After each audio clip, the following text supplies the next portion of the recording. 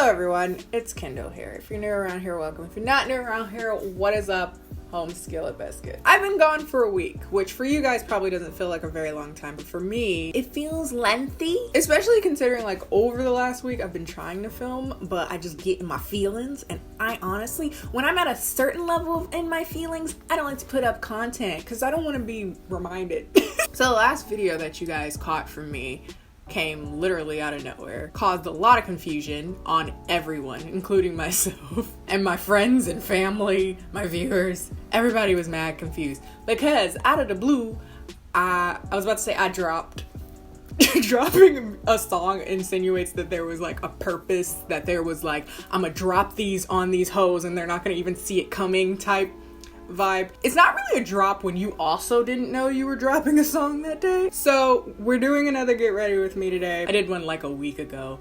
Sorry. If you don't like these, you're probably like, really, can we just get to review, sis? But like, bear with me we'll do a review in the next video. How about that? I had a lot of questions arise from the song randomly dropping, and I figured that I would answer as many of them as possible in this video while doing my makeup. I'm just gonna go for a little brown neutral moment because I don't want to have to do a look that I have to focus on that much because I have a lot of stuff to talk about. Like I said, the last thing that I released or put up on this channel was a random song that incited a lot of questions. People, oh my god, let me say, I uploaded it at like midnight. And the first comments were just, what?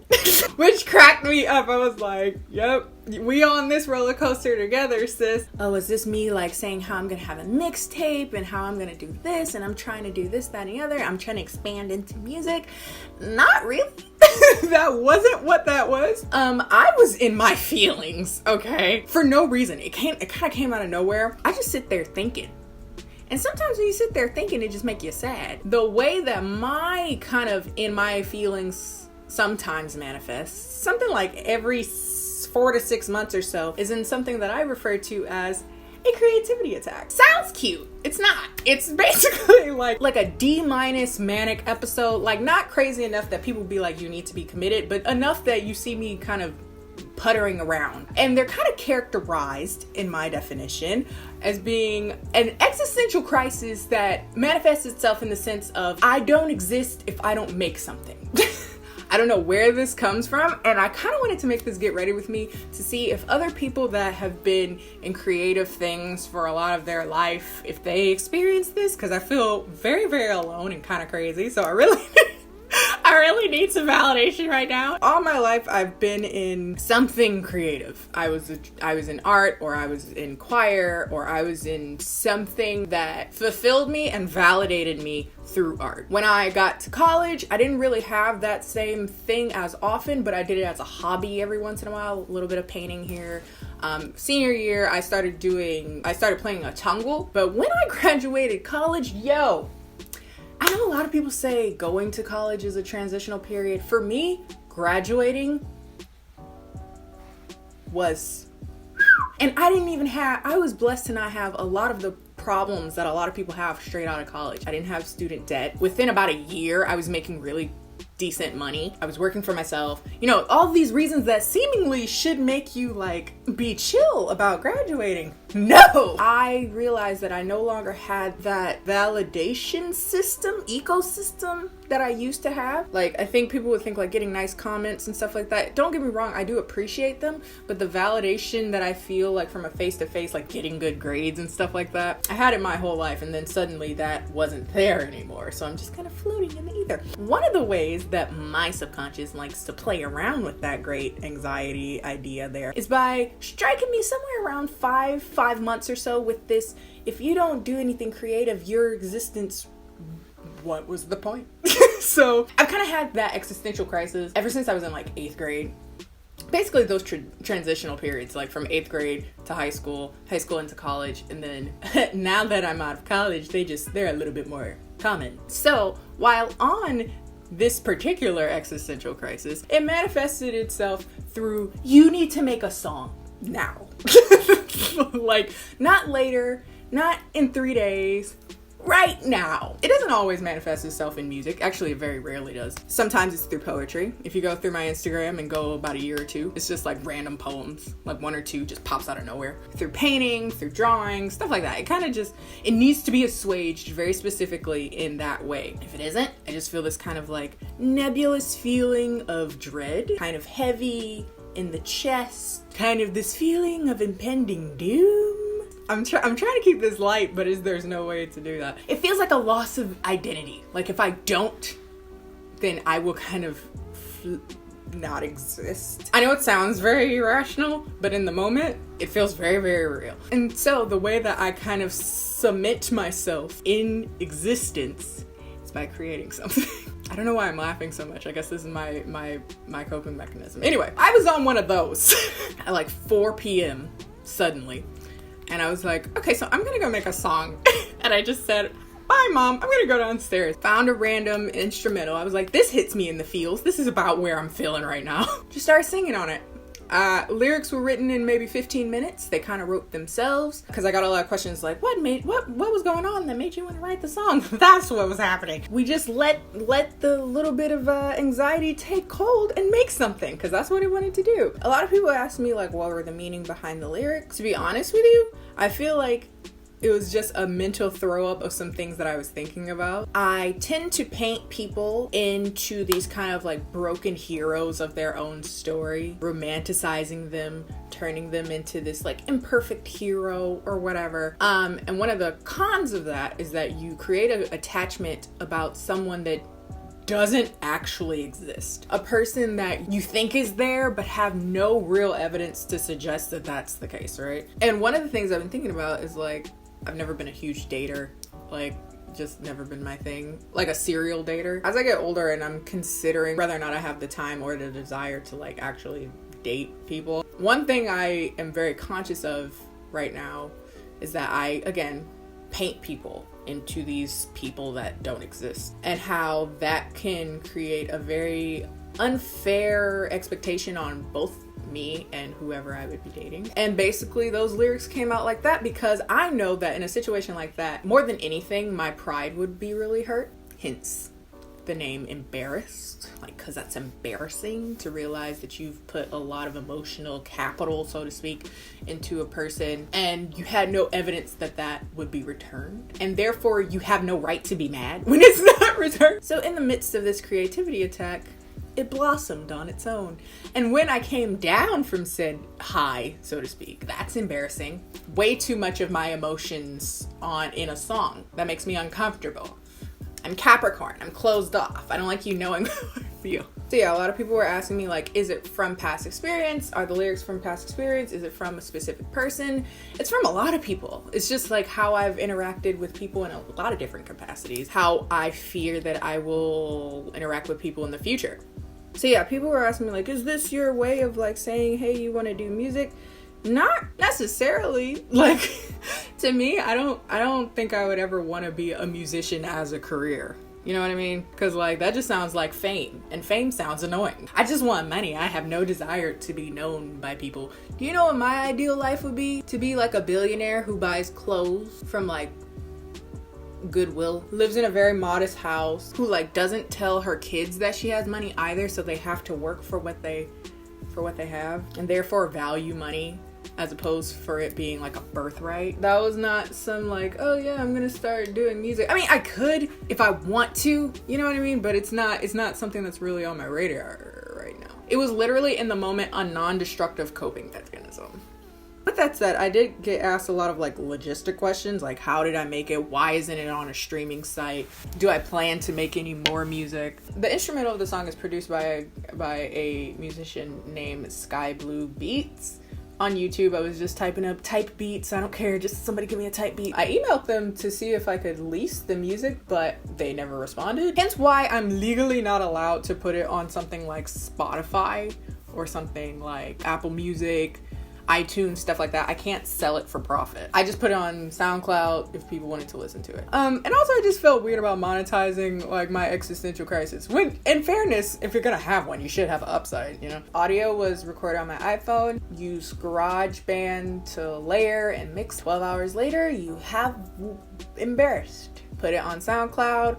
I found out that apparently on SoundCloud, you're only allowed to let people download your song 100 times unless you pay for like the SoundCloud Pro or whatever, which again, I have no plans on being a musician, so why would I? Shout out to the first 100 people that were able to download it, but it's still streaming on SoundCloud and it's gonna be on my channel, you know what I mean? So oh yeah, that was another thing. I had to, when I uploaded it to YouTube, I had to figure out how to take monetization off. I didn't remember how to do that. It's actually not as straightforward as it sounds. That color's a little orange. Okay, I'm just gonna be a little orange today. Let's go. As far as existential crises go, at least something cool kind of came out of it. Me being the perfectionist that I am, I still don't, it's not that I dislike it. It comes as close to liking it as I can about things that I do. But I will say shout outs to my choir teacher in high school. I was so happy as I was recording it because like I was a second soprano and I hated it.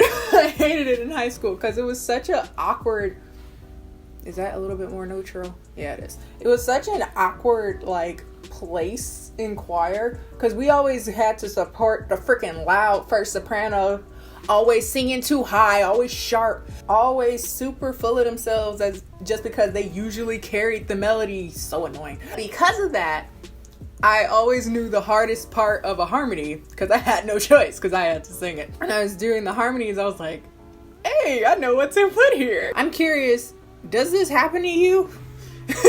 Is it a thing? Or is it just me?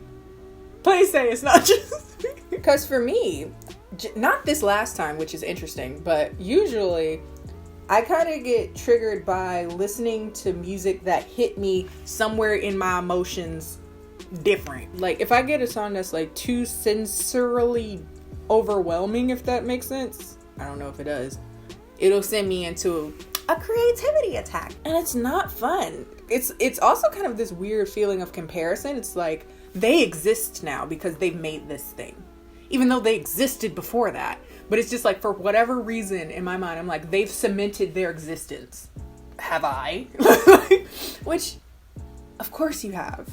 But in that moment, it don't matter. I find it interesting because generally speaking, I'm a super logical person. Get in one of these moods, logic doesn't exist. It's not here. I remember one time I got hit with one during like an Instagram live. I want to say Serendipity sent me into one. Too sensorily stimulating. Oh, this is one thing that's very characteristic of when I'm like leading into it. It's like I constantly feel like I need to cry and it won't happen. Like it just won't happen. I'm just like dazed. I'm like, oh my god, if I just cried I would feel so much better. What happened was, leading up to that live stream, I was just in my feelings and I felt like I had lost my identity because I didn't paint anymore. And it happened during a live stream. Do you know how embarrassing that is? Me as supposed to being this like stone wall of emotionlessness.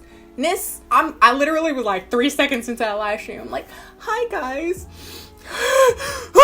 I will say one thing though. The day you catch me crying on YouTube, you never catch me crying on YouTube. You can catch me off guard in live streams. You don't catch me off guard. I hope not. Never say never. But you're very unlikely to catch me like Trish potatoing it on YouTube. Like I got way too much friggin' pride. But one thing that was kind of cool after everything was said and done is that I kind of went on live stream and I did like my mini genius situation. Real talk, I should just become a musician because I would be really good at like a genius interview. It's like, what were your inspirations? How do you feel? Blah, blah, blah. You know, like using big words and be like, whatever. But I was having like my little live stream genius episode, which kind of prompted this video because I got a lot of questions and people were like, just put it on YouTube. I got on the topic of kind of like imagery. It was more so like in the moment I really wanted to capture kind of how I was feeling. Like I felt like I was kind of floating and in the ether. Even in the midst of the creativity attack, I was like, I want it to sound like I'm floating. I want it to feel like I'm in water. Because that's literally how I felt. I felt like I could barely breathe. And I wanted to reflect that in the song itself with very limited experience with production. So I had no idea what I was doing. I played around literally like 10 minutes. I was like, oh, that kind of does that. Okay, I can work with that. Kind of wanted the song to sound like, again, you were underwater, but not just that you were underwater, but that you were underwater and then coming to the surface and going back underwater and coming back to the surface. Because that's A, how I felt in that moment, but B, how I feel when kind of reach realizations and stuff. I mean, intrinsically, the song is about reaching a realization about the person that you love or the person that you thought you loved, the person that you are, and how you create these kind of fantasies. Ultimately, the shock and the realization that the person that you've painted someone else to be isn't necessarily them. And ultimately trying to reflect that in how deep my voice is, how light it is, how loud it is, how soft it is, how far away it sounds from the mic, how close it sounds to the mic, how much reverb, just playing with those levels to ultimately make it sound like you're being dragged under into the darkness and then reaching the surface and reaching the light. So yeah, it was a lot of fun, kind of just like going on and on about that. As far as like I can be with things, I'm proud of it. I've said this quite a few times, but I am quite the perfectionist. As happy as I can be with, you know, things inherently being imperfect because I'm imperfect. As far as going forward, people were asking me like, are you planning to make more music? I don't know. Depends on how I feel that day. This is my first time, well, not my first time, but this is the first box of like 1 a day contacts I've ever used. I never remember to put the contacts that I'm wearing in the description box, partially because I probably don't remember what they are. Like, I wear the same 2 brands of contacts. This is also from one of those brands. This is Viscon. Since I have the box for this one, I'll let you guys know. This is chiffon gray, which these are not gray, these are blue. I don't know, maybe it's just me. Something about my coloring is making them go blue, but they look very blue to me. I don't know. Let me know. But yeah, I know a lot of people are always asking me about contacts. But anyway, yeah, that's where I've been. That's where the random music came from. I feel torn because I wonder, would the quality of music be better or worse if I weren't in my cute little CA moment? And also, like, I don't want to like be in them. So I always wonder, like, if there's certain musicians that can only write when they're like depressed, right? It's like you don't want to be depressed, but you make better work when you're depressed. I know that there's a whole big thing about creative minds and addictions and mental health stuff. You don't want to be anxious per se, right? But like being anxious helps you write better. Or you perceive it to help you write better. It's such a weird place, you know? I feel like I should put a lash on because I've just been really lazy and haven't put lashes on recently. Okay, so those are my existential ramblings that have an upside, a perk if you will. They create like decent music. If I have any further existential crises that manifest themselves into halfway decent music, you guys will be the first to know. I also have a SoundCloud now. I became one of those. Ooh, itchy. But plug the SoundCloud, I guess. So anyway, I hope you guys enjoyed this video. Didn't mind my ramblings and my kind of immaterial feelings. Don't forget to like, comment, and subscribe. Follow me on Instagram and Twitter and apparently SoundCloud. And I will see you guys next time.